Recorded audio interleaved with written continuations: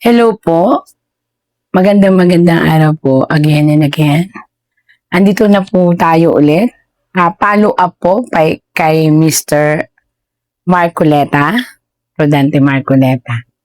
Ang dami po nagre-request. Ano na mangyayari kay Rodante Marcoleta? Yun na nga tingnan po natin. Reshuffle again para makita natin. Tarot, ipakita mo naman sa amin kung ano mangyayari.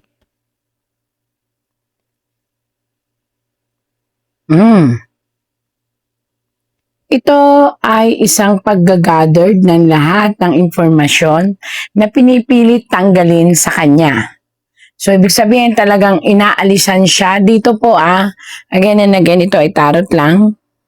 Binabasa ko lang po kung ano ang nakikita ng tarot. Nakabaliktad po siya kung saan lahat ng hawak niya, yon may mga hawak siya.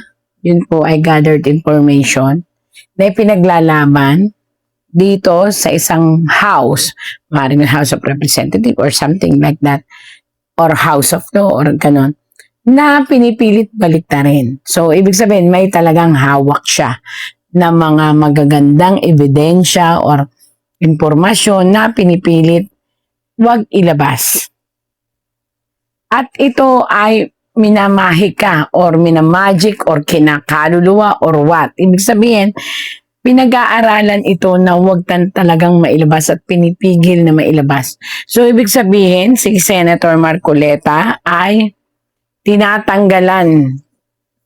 Inang bayan ito na nakabaligtad na ngayon ay parang feeling niya, ang gulo-gulo na ng mundo, ang gulo-gulo na ng politika, at ang gulo ng sitwasyon. Kasi kung sino daw yung mga may hawak na ebidensya ay binabaligtad. Yun ang sabi po ng tarot, kaya nga nakabaligtad Tapos,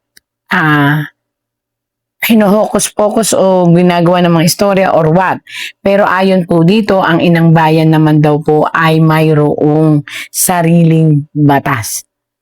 Isang araw gigising tayo na ang inang bayan ay gagawa ng isang suwestyon na kahit ang sino ay hindi na ito makukontrol. Ibig sabihin, may malawakang magaganap. Kung dati ay may nagkaroon na ang tulong ng isang pundasyon na nakita ay Iglesia ni Cristo, ngayon po ay may iba naman. Pero malakas. Isang araw paggising natin, isang bagong pag-asa kung saan ang nais nila ay palayain si Marcoleta at ipagpatuloy ang kanyang pagseserbisyo upang malaman ang katotohanan. Mag-ingat po siya kasi pinipilit talaga na naalisin siya sa panunungkulan.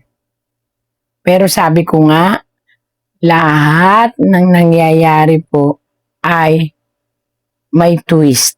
Bakit? Anong twist na ito? Yan. Lahat po sa ngayon hanggang pagdating ng 2028, may lalaban para lahat ng ito ay malinis. Kaya kaunting tiis lang po, Sir Marcoleta, pero may napakalakas na institusyon na baback up. Hindi lang ito isang religion, kung hindi ito ay samahan, kung saan pati ang mga may mambabatas ay maku-question. Kaya lang po ingatan po ang kalusugan. Ingatan ang kalusugan at ang heart attack.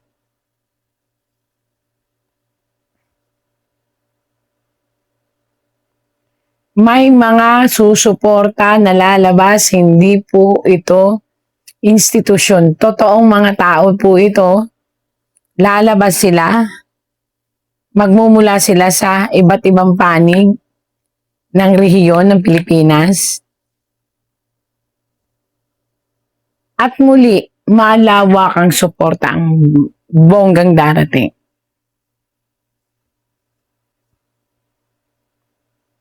Magtatagumpay po kayo, Senator Marcoleta, sa pinaglalaban nyo at may batas, may hustisyang darating. Hantayin lang po natin yan. Ito po ay isang nalawakang hustisya. Kaya hintayin nyo lang po, pakatatag lang po kayo at masisilawan ng isang napakagandang sitwasyon na kahit ang magandang, ang matatalino, ang matataas, ay hindi kayang kontrolin itong hustisyang parating po sa inyo. Ayan. Basta mag-ingat din lang po kayo sa kalusugan ninyo para kung sakaling dumating po yun, makikita nyo at mararamdaman nyo na maraming nagmamahal sa inyo. Maraming nagmamahal ang parating po. Oo.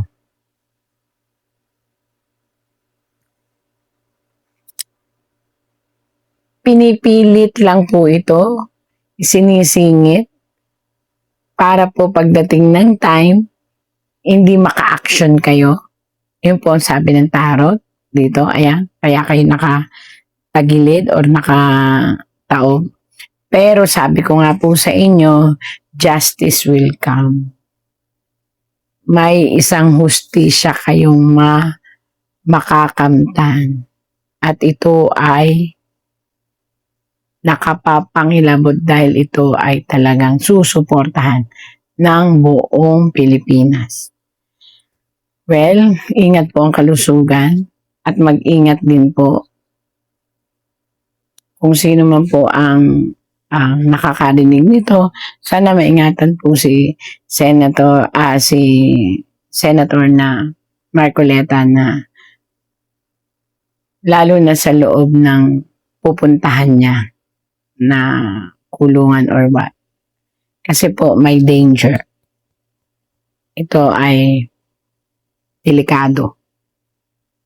Maaring palabasing ito ay kalusugan ng or pero may nangyayaring something. So, ingatan po siya.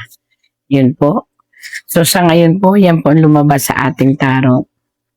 Sana po, ano man ang nangyayari ngayon sa ating mundo, sana God sent miracle every day. So, maraming salamat po. At nawa ipagdasal natin ang ating buong mundo. At pati na po ang Pilipinas. Lalong-lalo na Pilipinas. Bye-bye po.